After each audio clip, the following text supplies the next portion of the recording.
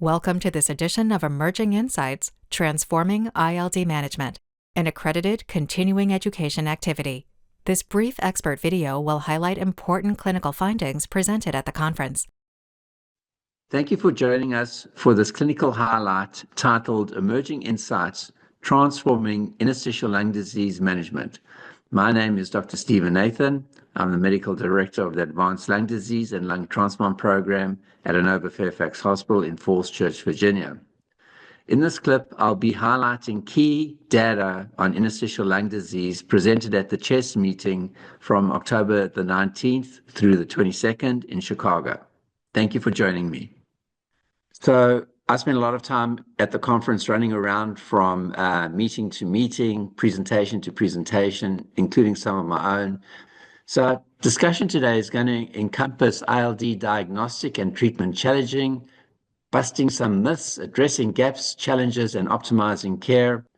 So there's a lot of times diagnostic delay because of symptom overlap. When you think about interstitial lung disease in particular and compare it to some more common conditions such as asthma, COPD, and heart failure, those are much more common conditions. So it's not altogether a surprise that patients initially go misdiagnosed. There's certainly challenges looking at imaging, high-resolution CT scans. There's a lot of variability in how these are viewed and reported. And even if you take expert thoracic radiologists and ILD docs and give them the same scan, a lot of times the interpretation might be somewhat different. There is underutilization of genetic testing, which is starting to come to the fore more and more in terms of how this impacts management. And there are certain myths that still persist in ILD management. For example, some folks still believe that there's no good treatment for interstitial lung disease. And if you look at our current available antifibrotics, they are certainly underutilized in the community as a whole.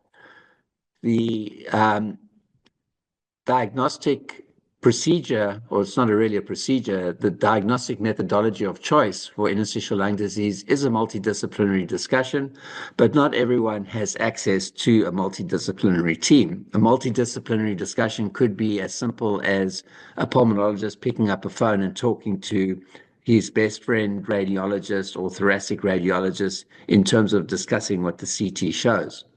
One of the things that I think we are starting to discover more and more are the genetic underpinnings of interstitial lung disease, which are very complex. It's been estimated that about 10% of IPF patients without a known genetic predisposition carry a likely pathogenic or pathogenic variant that hasn't fully been described as yet.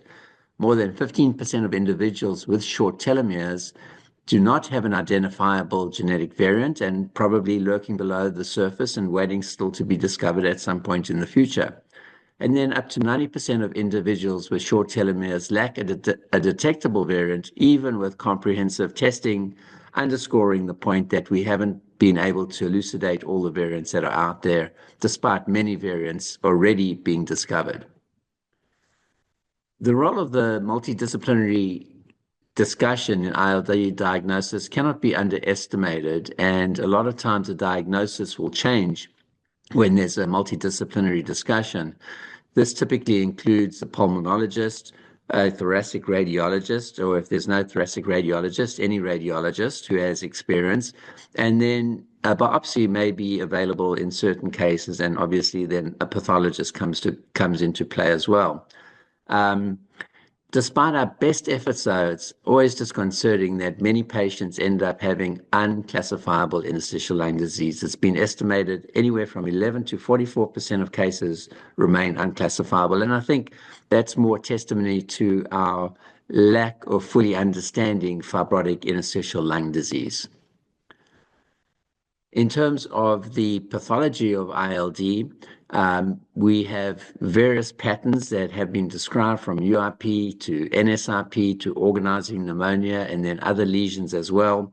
And there's just been a revised statement going into revised nomenclature that has been put out by the Fleischner Society in particular in terms of what we should be calling these different diseases. Biopsies We used to do many more biopsies, but we don't do as many VATS biopsies as we used to in prior years. And certainly cryobiopsy is taking on more of a role, and that depends on local expertise at various centers, whether you should get a biopsy, should it be a cryobiopsy or a VATS biopsy, and that can be dependent on the resources that are available at any particular institution. I know in our program, we're starting to send off more and more testing for telomeres because this does have implications with regards to what therapy you're going to put patients on. One thing that hasn't really received enough attention is addressing disparities in healthcare. ILD outcomes are not just shaped by biology, they're shaped by race, geography, income, and healthcare access. And to deliver equitable care, we must first acknowledge these systemic gaps. And there was a very nice session at CHEST dealing with this. There clearly are disparities and worse outcomes in terms of underserved areas and minorities, including Black and Hispanic patients who are less likely to be referred to specialists. They typically might be seen later in their disease course, and a lot of times they can be misdiagnosed, with asthma probably being the most common misdiagnosis because asthma is so prevalent in underserved populations.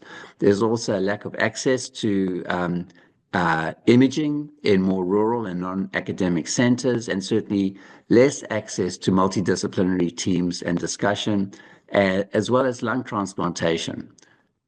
There can be delays in diagnosis. There can be gaps in coverage for antifibrotic therapy or genetic testing.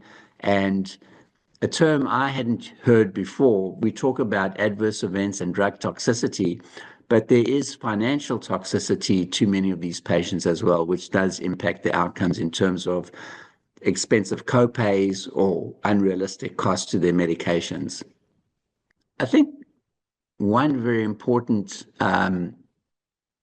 new development in the world of ILD, and there was a lot of buzz at the CHEST meeting about this, is that for the first time in 11 years, we have a new antifibrotic that's been approved. Nerandomilast was approved just over 2 weeks ago as the third antifibrotic that we have to offer our patients. This was based on the Fibroneer IPF study that was published earlier this year in the New England Journal of Medicine. We still have nintedanib and pirfenidone, and many of our patients, arguably not enough of our patients, are on these medications because of tolerability or access issues. But now we have a new antifibrotic in the form of nerandomilast. The data from the nerandomilast study, the Fibroneer study, looks very strong. And one of the big advantages is that the adverse event profile appears to be quite reasonable. Liver toxicity is not an issue, and so there's no need for liver function monitoring unless there's another reason or indication to do that. There was also presentations on the use of inhaled treprostinil. TETON-2 was a positive study, and in terms of the primary endpoint, and more to follow about that. Move on to some interesting original investigator studies that were presented at the CHEST meeting.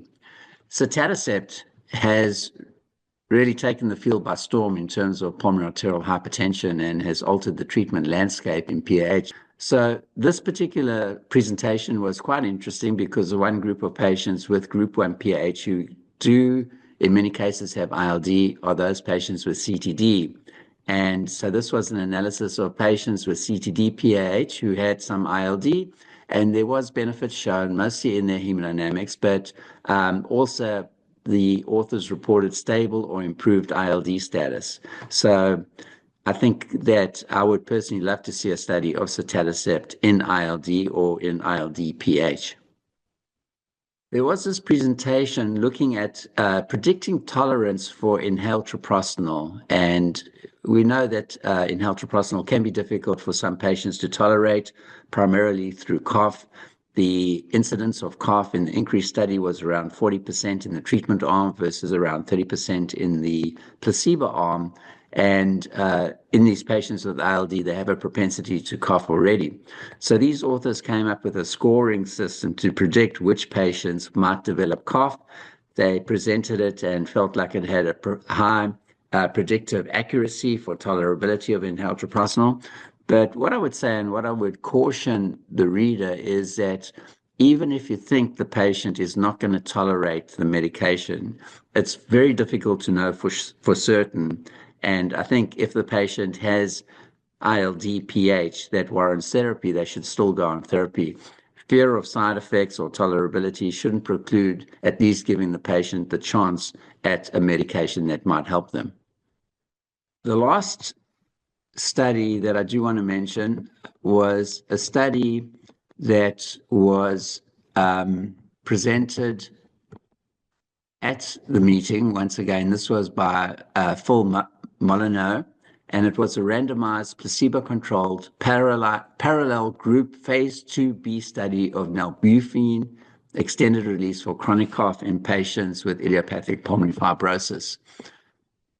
This study was, as we know, cough can be a major issue in patients with underlying IPF. The study was positive and for all 3 doses, and there appeared to be a nice dose response in terms of the 3 doses that were studied.